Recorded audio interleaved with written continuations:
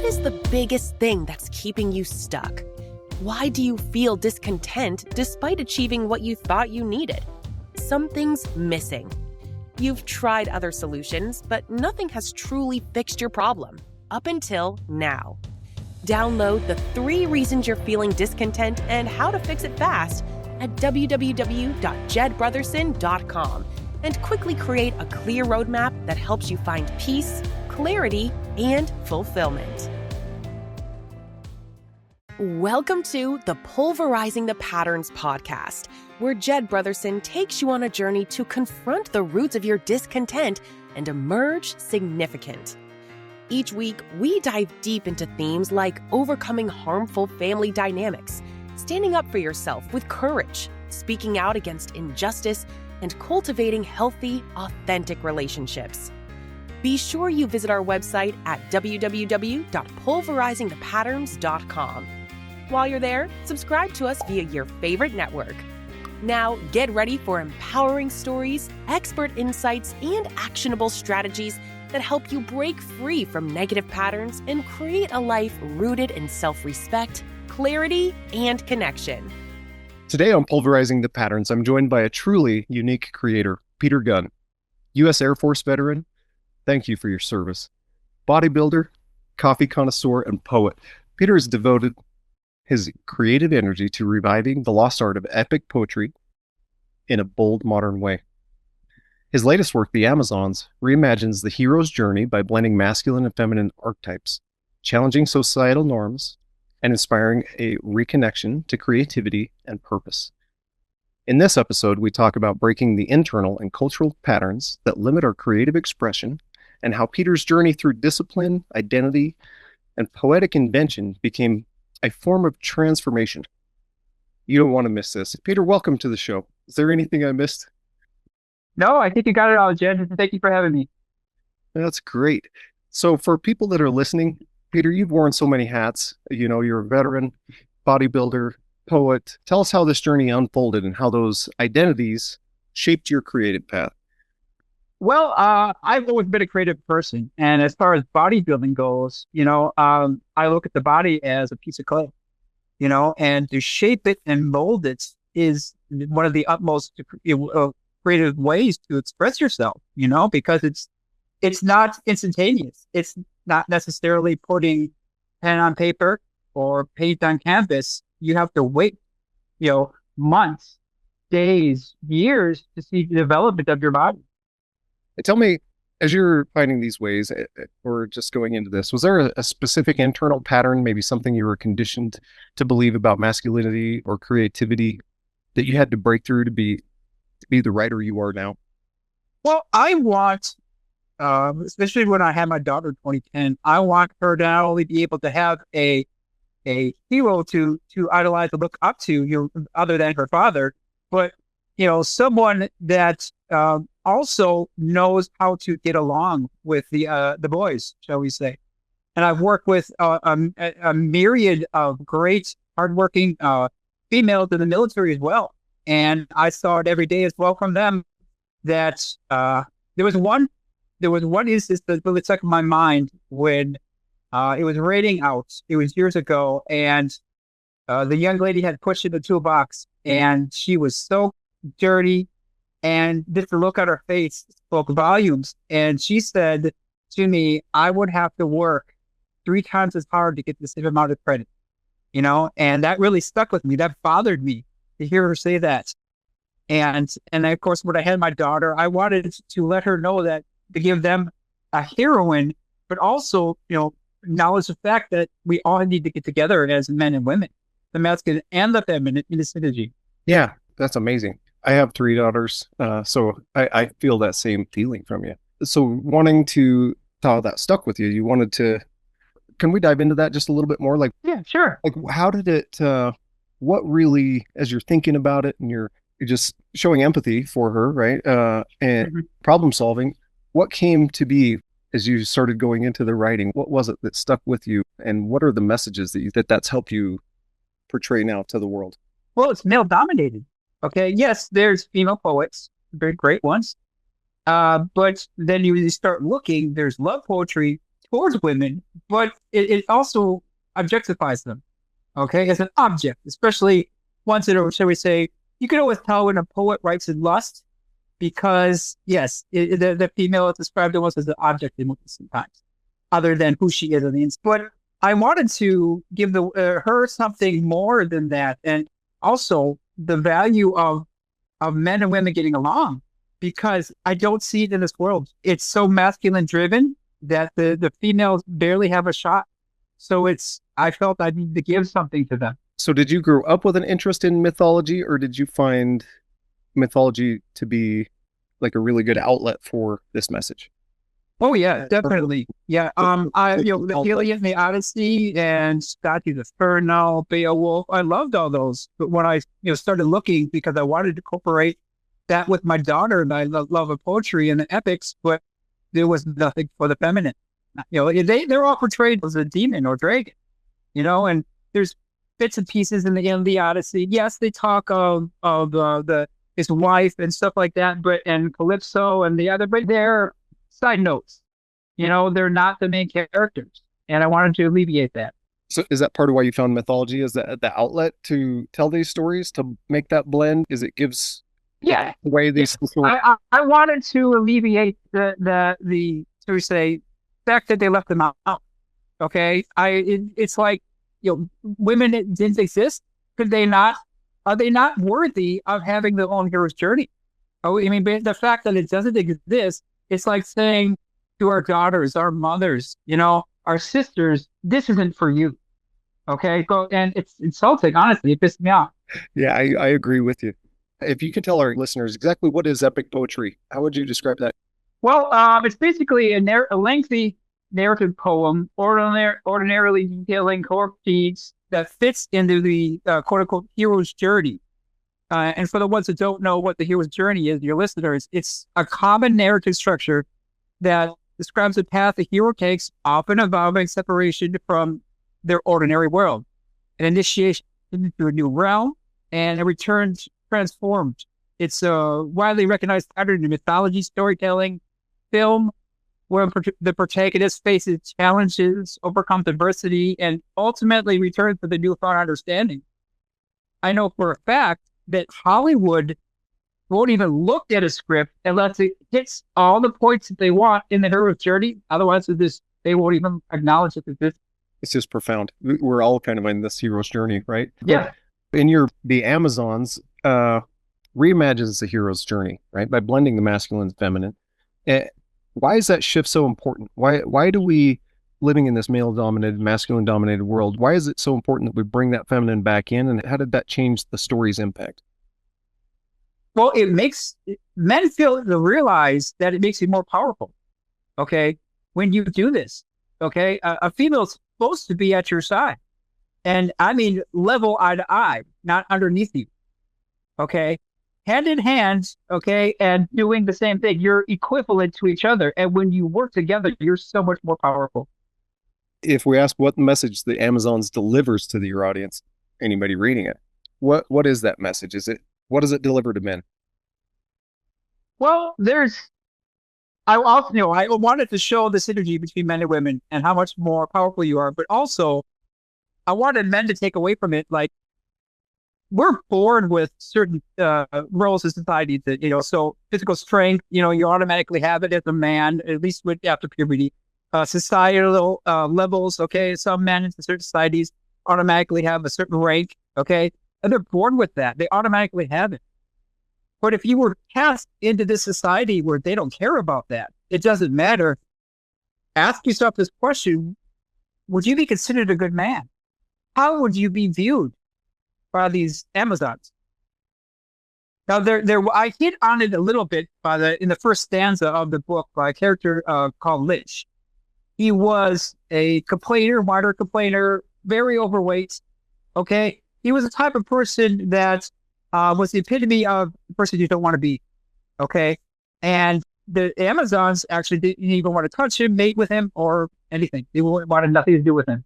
That makes sense, right? Yeah. There's so many guys that want to just ask, what's wrong with my partner today, without asking themselves, is there something I can do? And I think a lot of guys, especially the younger guys, they'll go up to her and beat their chest like they're a gorilla and think she's impressed. But she isn't. Right. Can you tell us about linked lyrical poetry, your own poetic form that some say feels like reading hip hop or rap? How did that evolve and what does it bring to your storytelling? Well, when I delve into the classics, I've studied just about every form of poetry out there, and I felt I needed something new because if I was going to write a novel, okay, and this is just the first of the trilogy, if not more, so there's going to be more Amazons coming. I needed a way to not only people recognize it as poetry, but to stop the rhyming in that fashion or the pentameter. So you have AAB, AAB. If you're going to write a novel in that way, it's not only makes it more difficult, it's almost impossible. But I tried it.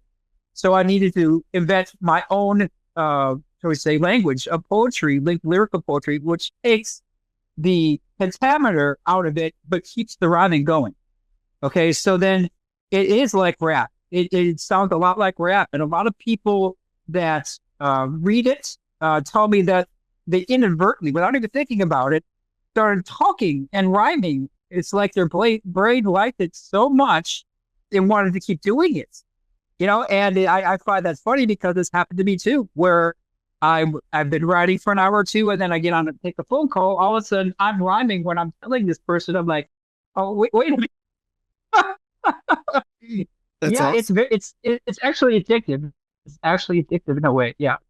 Yeah, it sounds like just an easy way for the brain to grab a hold of the Yeah. information and absorb it. Well, it's music. It's in a way, I'm incorporating music into the novel. And I found, because I actually started recording my own music with some artists, that LLP, or linked lyrical poetry, lends leaps and bounds to music. So when I incorporate it, it makes some beautiful music, which I plan on putting into the revamp of the Amazon's audiobook here in the near future.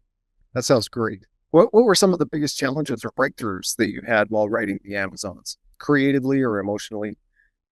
Well, you have to be willing to step back and, if a writer, writes a whole page, they have to be willing to throw it away if it's not working, And I think that's hard because they want to hang on to it, they put it to the side. But with LLP, it's more time consuming than just normal writing because the rhyme is there. So you have to keep the flow going. And I could spend days or a week on a little section, but then it doesn't work out. And I have to be willing to throw it away and start over. Okay. And that's hard, especially when it takes so much, time and effort, but you have to be willing to do it. Yeah. That sounds so good. And you've said that our roots and creative expression are deeply connected. How can reconnecting with storytelling help people awaken or to just heal from traumas or awaken on that spiritual path or the hero's journey?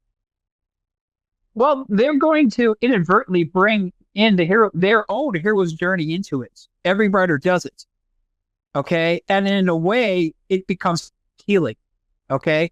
The people I work with that I teach classes at LLP locally, and they found it's, and especially with vets that have like PTSD, things like that, they found it very healing because you have to concentrate 100% on it. There's no, writing a little bit, then taking on your phone and going back. No, there's 100% concentration on it, and you have to stay focused in order to do it.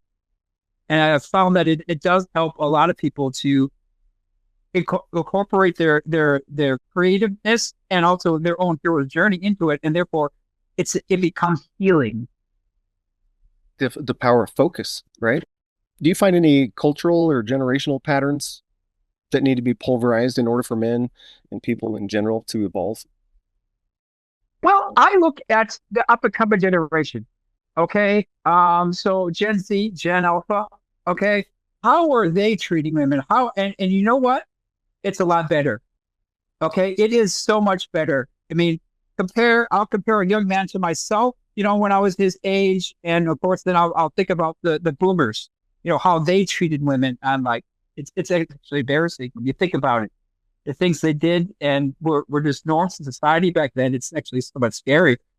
But so you can see it's improving little by little.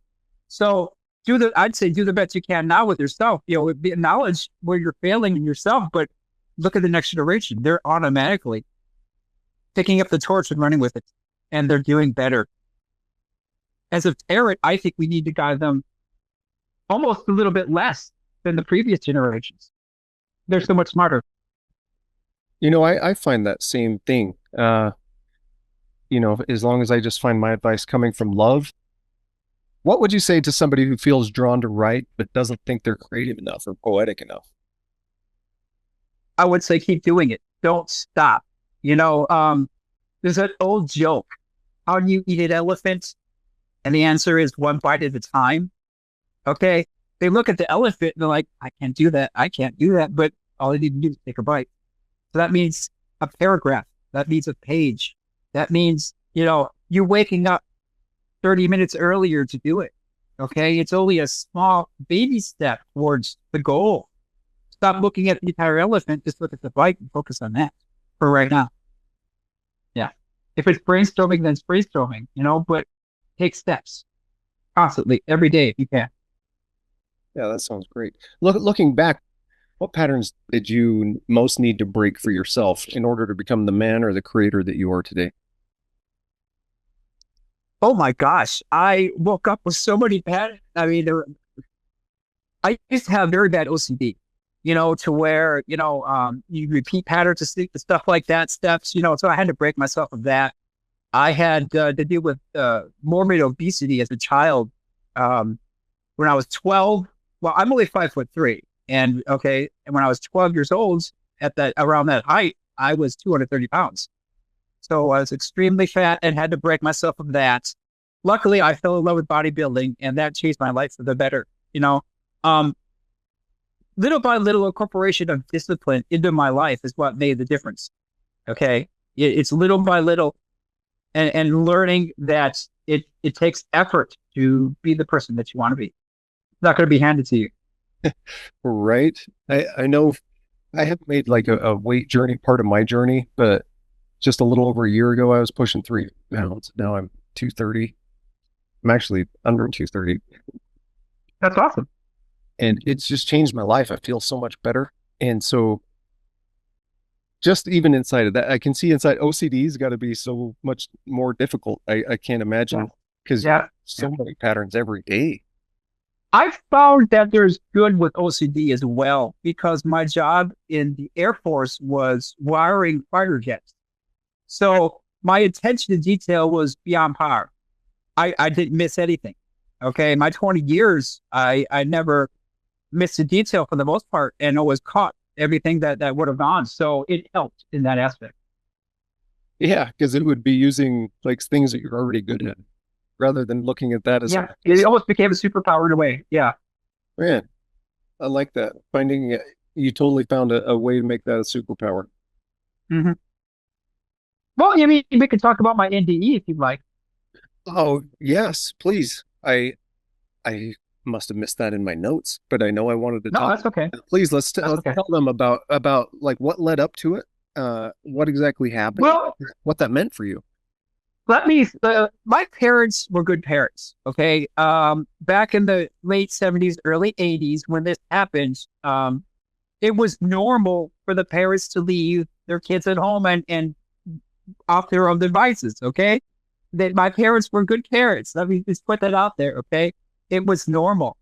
I remember they told the neighborhood, one of the older ladies is, peeking on us as, throughout the day. And I was given some tasks to do outside. Now, I was about 6 or 7. It was a particularly hot day during the summer.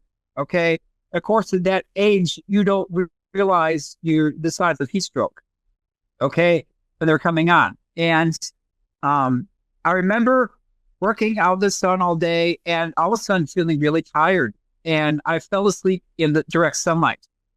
Okay. And it started to continue to cook my body. And then eventually I went into shock. And that's when I had my NDE.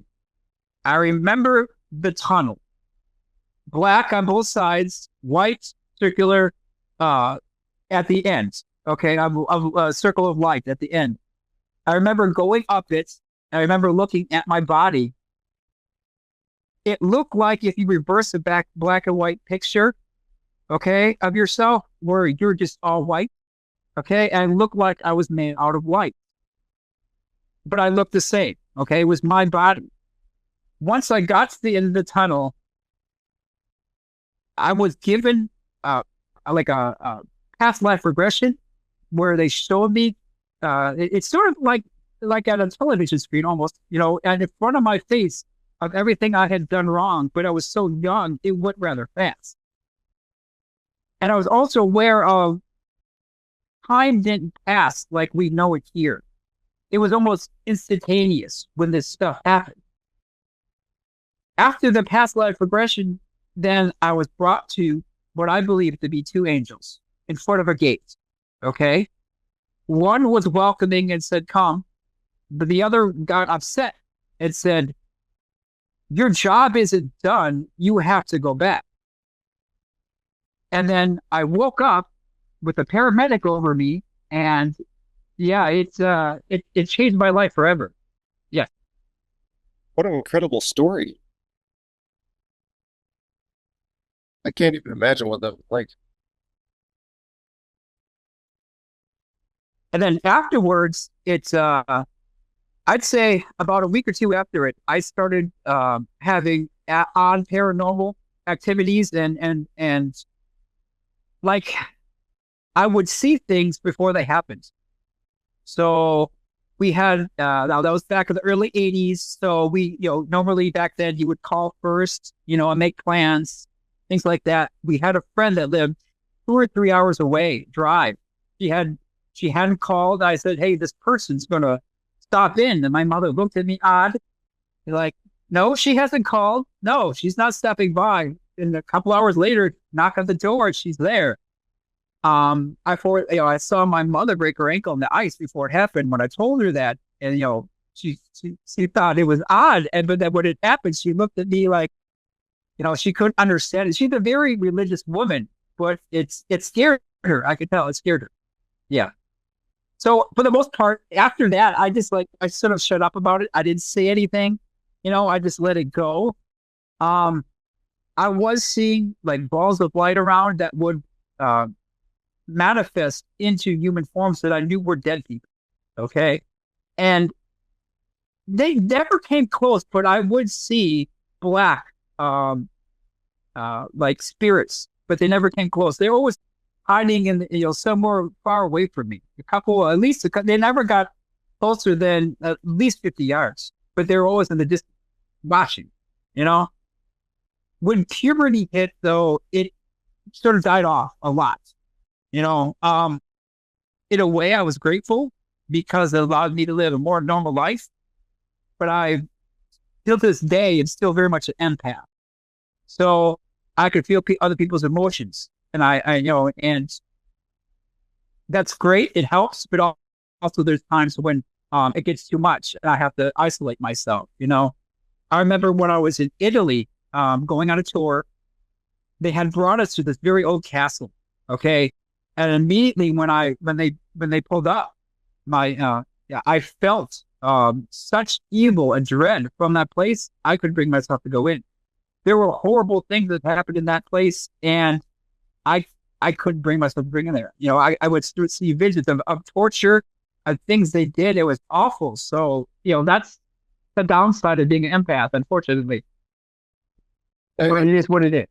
Right. I was going to ask after that scared your mom, what that did to your gifts, because I've been told many stories of seeing angels as a child, right? But I can't really remember how to do that right now. And I think it's just what you're saying. It scares people, and they encourage us not to talk about it. And it just kind of goes away. Mm-hmm. How do you find that this gift is helping you today? Well, that resonates every day. I wake up. My job isn't done. If you got told that by an angel, you're thinking, well, what is your job? So I feel I have to try to do better every day. Every day I have to live up to the expectations of not only that angel, but of God. So I have to keep pushing. There's no rest. I'll rest when I'm on the other side again, I guess. Yeah, what an incredible story. Tell us where the listeners can find the Amazons and your other work. You can go to www.petergunn.net, and you could also go to Amazon Kindle and type in Peter Gunn the Amazons. And we are currently working on the revamp of the audiobooks. So I would say don't download the audiobook on Audible just yet because we're revamping it. And we have about 30 voice actors hired right now. We're going to be hiring more, and we're redoing the whole thing. And it's going to be more like a movie now.